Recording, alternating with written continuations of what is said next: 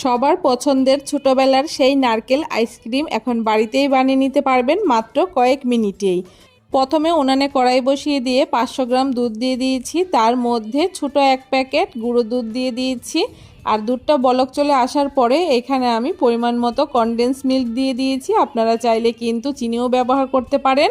Condense মিল্কটা খুব ভালো করে মিশিয়ে নেওয়ার পরে হাফ কাপ নারকেল কুড়া দিয়ে দিয়েছি আর খুব ভালো করে বেশ কিছুক্ষণ জাল করে নিয়েছি, যতক্ষণ না দুধটা একদম গাঢ় হয়ে গেছে। দুধটা গাঢ় হয়ে গেলে নামিয়ে ঠান্ডা করে নেব। আর এইদিকে আমি আইসক্রিম মোল্ড নিয়ে নিয়েছি। প্রথমে মোল্ডের নিচে কিছুটা নারকেল কুড়া দিয়ে জাল করে রাখা ঠান্ডা সেই দুধের লিকুইডটাকে দিয়ে একটা প্লাস্টিক দিয়ে আইসক্রিম মোল্ডটাকে ঢাকা দিয়ে নিয়েছি। আর তারপরে এখানে ছোট ছোট করে একটু ছিদ্র করে নিয়ে আইসক্রিমের কাঠি এক এক করে দিয়ে দিয়েছি। আপনারা চাইলে কিন্তু আইসক্রিম মোল্ডের মধ্যে যে কাঠিগুলো থাকে সেইগুলোও ব্যবহার করতে পারেন।